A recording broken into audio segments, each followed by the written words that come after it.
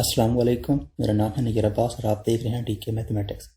आज हम बात करेंगे पार्शियल फ्रैक्शन के बारे में कि अगर हमारे पास किसी टाइप की भी फ्रैक्शन आती है तो हम उसको कैसे सॉल्व करेंगे, किसी टाइप की भी पार्शियल फ्रैक्शन। तो उसके लिए हम सबसे पहले देखते हैं कि हमारे पास जो फ्रैक्शन दी हुई है वो प्रॉपर है या फिर इम्प्रॉपर है। पहला स्टेप, अगर हमारे पास दो फ्रैक्शन हो इस टाइप की, एक ये हो और दूसरी ये हो, इसमें देखें एक्स स्क्वायर प्लस 1 है ओवर एक्स क्यूब प्लस 1 है और इसमें एक्स स्क्वायर प्लस 1 है ओवर एक्स प्लस 1 है। अगर हम गौर करें तो ये जो ऊपर वाला हमारे पास फंक्शन है एक्स स्क्वायर प्लस 1 वाला, इसमें हमारे पास एक्स की जो पावर है वो 2 है और यहाँ पर क्या है, एक्स की पावर हमारे पास 3 है।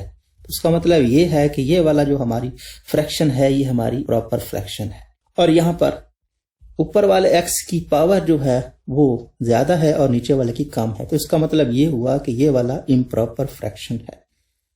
तो हमें चाहिए प्रॉपर फ्रैक्शन। तो इसका मतलब ये हुआ कि इस टाइप की अगर हमारे पास फ्रैक्शन आएगी तो हम इसको नेक्स्ट स्टेप में मूव कर जाएंगे, मीटू से दूसरा स्टेप जो हम लिखेंगे उसकी तरफ मूव कर जाएंगे। लेकिन यहाँ पर अगर हमारे पास इम्प्रॉपर फ्रैक्शन आएगी तो हम क्या करेंगे, पहले हम इसको डिवाइड करेंगे, डिवाइड करने के बाद इसकी जो पावर है इसको कम करेंगे और फिर आगे चलेंगे।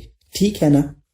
इम्प्रॉपर फ्रैक्शन को पहले प्रॉपर फ्रैक्शन में कन्वर्ट करेंगे, फिर हम दूसरे स्टेप की तरफ चलेंगे। तो दूसरा स्टेप हमारा क्या है जी, दूसरा स्टेप हमारे पास है चेक रूट्स, कि हम रूट्स को चेक करेंगे। जो उसके वाला नीचे वाला जो फंक्शन है उसके जो रूट्स हैं वो क्या बनते हैं, वो रूट्स रियल बनते हैं, डिस्टिंक्ट बनते हैं या फिर रिपीटेड बनते हैं या फिर कॉम्प्लेक्स बनते हैं। ठीक है, इसकी हम मिसाल लेते हैं। हमारे पास जिस टाइप की फ्रैक्शन आएंगी उनके हम रूट्स को चेक करेंगे और देखेंगे कि कौन से रूट्स रियल हैं, डिस्टिंक्ट हैं, रिपीटेड हैं या फिर कॉम्प्लेक्स हैं। अगर हमारे पास इन तीन टाइप्स की फ्रैक्शन आती हैं, पहली टाइप जो हमारे पास है x minus 1 over x plus 1 x plus 2, दूसरी टाइप जो है x square plus 1 x plus 1 whole की पावर क्यूब और तीसरी x cube plus 2 over x square plus 1 x square plus x plus 1। ये जो ऊपर वाले हमारे पास फंक्शन हैं ये किसी टाइप के भी हो सकते हैं, इन पे कोई डिपेंडेंट नहीं है कि ये कहां से आएंगे। x माइनस 1 है तो x प्लस 2 भी हो सकता है, x प्लस 3 भी हो सकता है। ठीक है ना, जैसे कि मैंने आपको ऊपर बताया है कि इनकी पावर कम होनी चाहिए। अगर हमारे पास इस तरह की, ये देखें, अगर हम इन रूट्स की बात करें तो x की वैल्यू हमारे पास -1 और -2 है, क्योंकि इन दोनों को अगर 0 के इक्वल रखते हैं हम तो फिर हमारे पास ही -1 और -2 वैल्यू आती। अगर हम यहाँ पर x, इस सारे नीचे वाले फैक्टर को 0 के इक्वल रखते हैं तो हमारे पास जो x की वैल्यू आएगी वो -1, -1 और -1 आएगी। 3 बार -1 है क्योंकि ऊपर क्यूब है। उसके बाद अगर हम यहाँ इसकी बात करें तो यहाँ पर हमारे पास जो x की वैल्यू आएगी वो आएगी प्लस माइनस आयोटा। और अगर हम यहाँ बात करें तो यहाँ पर हमारे पास एक कॉम्प्लेक्स नंबर आता है, इसको अगर हम क्वाड्रेटिक फार्मूला की मदद से सॉल्व कर लें तो यहाँ पर हमारे पास जो x की वैल्यू आएगी वो आएगी -1 plus minus square root 3 iota by 2। ये भी एक कॉम्प्लेक्स नंबर है, ये भी एक कॉम्प्लेक्स नंबर है। ये हमारे पास रिपीटेड आ रहे हैं लेकिन रियल नंबर हैं और ये हमारे पास डिस्टिंक्ट हैं। अगर हमारे पास इस टाइप की पार्शियल फ्रैक्शन आती है तो फिर हम इसको इस टाइप में खोलेंगे, x minus 1 over x plus 1 और x plus 2 which is equal to a over, एक बार इसको लिखेंगे x plus 1 plus b over x plus 2। ये a और b, ये a जो है a के नीचे इसको भी लिख सकते हैं, b के नीचे इसको भी लिख सकते हैं, इससे कोई फर्क नहीं पड़ता। ठीक है ना। जब डिस्टिंक्ट होंगे तो हम इस टाइप में खोलेंगे और अगर हमारे पास रिपीटेड हों, रूट्स हमारे रिपीटेड हों तो हम कैसे खोलेंगे, इसको हम इस फॉर्म में खोलेंगे, x square plus 1 over x plus 1। ठीक है ना, इसका क्यूब, इसको हम खोलेंगे a over x plus 1 plus b over x plus 1, इसका square plus c over x plus 1 whole का क्यूब। जितने हमारे रिपीटेड रूट्स होंगे हम उतनी बार खोलेंगे। हमारे पास एक है, दूसरा और तीसरा, 3 बार रिपीटेड है तो हम इसको 3 बार लेंगे। ठीक है। उसके बाद अगर हम बात करें कॉम्प्लेक्स की तो कॉम्प्लेक्स को हम इस फॉर्म में खोलेंगे, x क्यूब +2/x² + 1 है, उसके बाद x² + x + 1 है।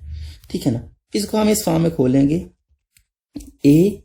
ax + b/a कॉम्प्लेक्स को x² + 1, उसके बाद प्लस यहां पर b होना था बड़ा, और यहां पर आके cx + d/x² + x + 1।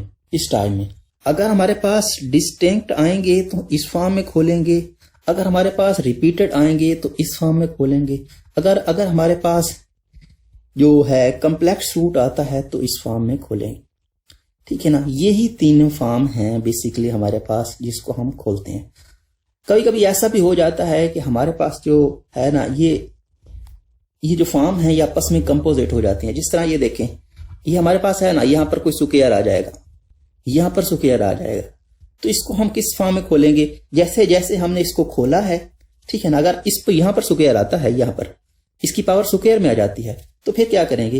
इसको जैसे हमने खोला है खोल लेंगे, उसके बाद इसको आगे फर्दर खोल देंगे, क्योंकि एस ये तो कॉम्प्लेक्स वाली तो हो गई ना प्रॉपर्टी, अब स्क्वायर वाली है, रूट्स हमारे डबल बार आ गए, तो ये जरा रूट्स आएगा हमारे पास, ये हमारे पास 4 बार आ जाएगा।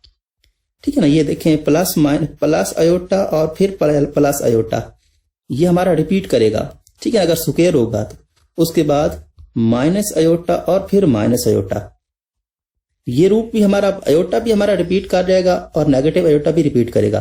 तो इस रीजन से हम यहां पर इसमें ऐड कर देंगे प्लस ई एक्स प्लस एफ ओवर जो रिपीट कर रहा था, ये वाला रिपीट कर रहा था, हम इसको ऐड कर देंगे x² + 1 होल का स्क्वायर। बाकी सेम प्रोसेस है। अब हम चलते हैं नेक्स्ट जो हमारा स्टेप है, स्टेप नंबर 3। स्टेप नंबर 3 हमारे पास है multiply the denominator on the both sides. मतलब नीचे वाला जो फंक्शन हमारे पास होगा उसको हम दोनों तरफ से मल्टीप्लाई करेंगे। फॉर एग्जांपल हमारे पास ये कोई फंक्शन है x + 1 over x - 1 x² + 1 whole का स्क्वायर। ये देखें हमारे पास ये डिस्टिंक्ट बनेगा। ठीक है ना, इसके लिए हमने a ओवर x - 1 लिख दिया।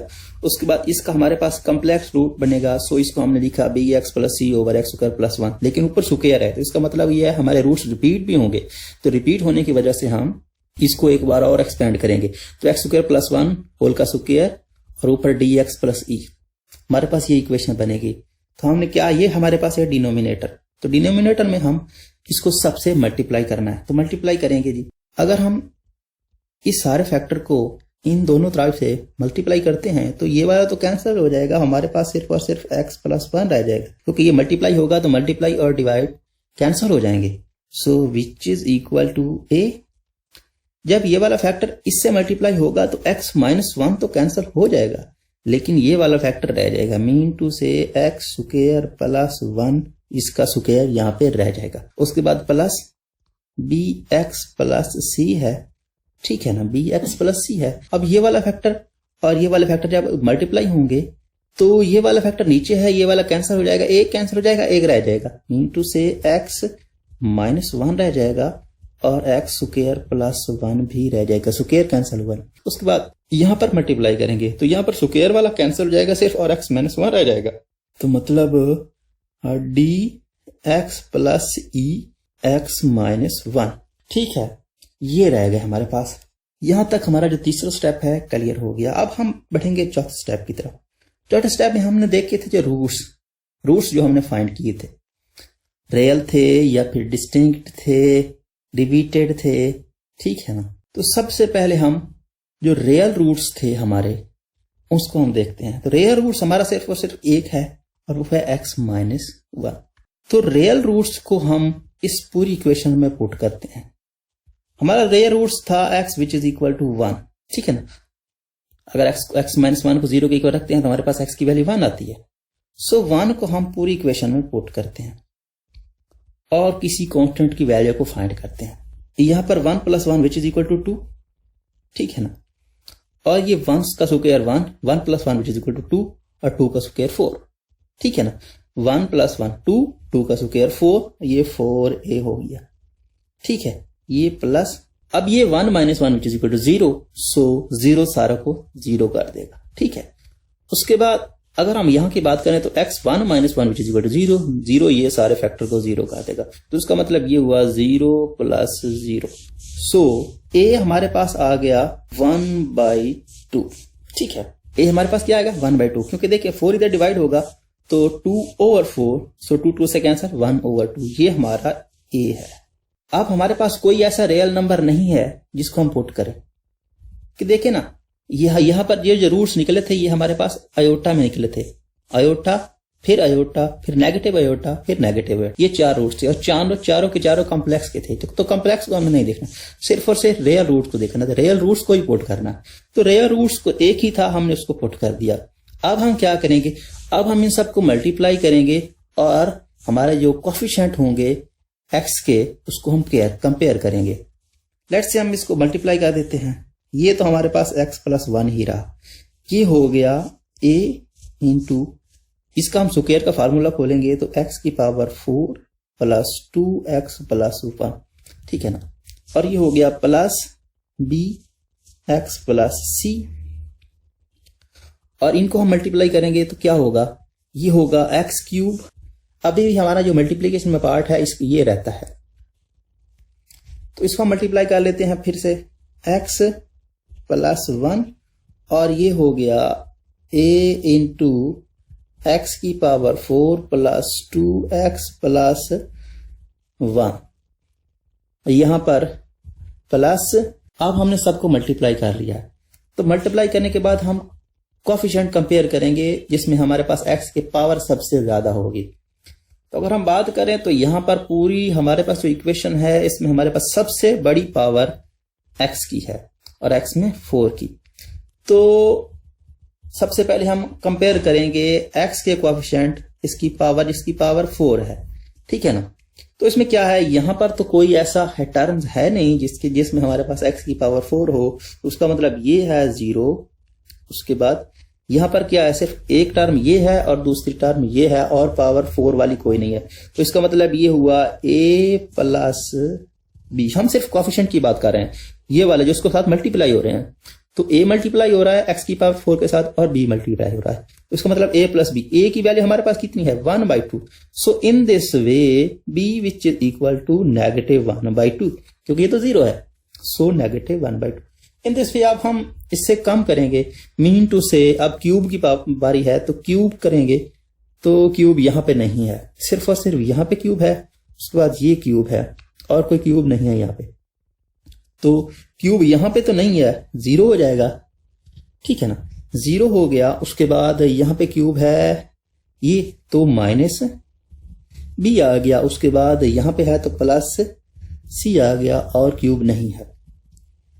तो यहां से अगर हम c की वैल्यू को फाइंड करें तो ये जाएगा -b उधर, तो ये हो जाएगा +b, तो +b की वैल्यू हमारे पास -1/2 है।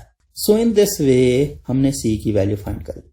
अब हम नीचे आएंगे, स्क्वायर का कंपेयर करेंगे, फिर स्क्वायर का कंपेयर करने के बाद हम x⁴ वाला कंपेयर करेंगे, और जहां तक हमारे तमाम के तमाम जो कोएफिशिएंट हैं, जो हमारे कांस्टेंट हैं, अननोन्स हैं, उनकी वैल्यू आ जाएंगी। अननोन्स कौन से हैं, ये वाला a b c d e। जब हम इन सब की वैल्यूज को फाइंड कर लेंगे तो फिर हम इस इक्वेशन में पुट कर देंगे और हमारी जो है ये फ्रैक्शन वाला क्वेश्चन सॉल्व हो जाएगा। इस तरह से आप किसी भी टाइप की जो पार्शियल फ्रैक्शन है उसको सॉल्व कर सकते बिल्कुल आसानी से। उम्मीद करता हूँ आज का वीडियो आपको पसंद आया होगा। अगर आपको वीडियो पसंद आया हो तो वीडियो को लाइक कर दें और इस वीडियो को अपने दोस्तों के साथ में क्लास फेलो के साथ जरूर शेयर करें। Thanks for watching. Allah Hafiz. Subscribe to our channel by clicking the subscribe button. Click the bell button and enjoy the latest uploads from our channel.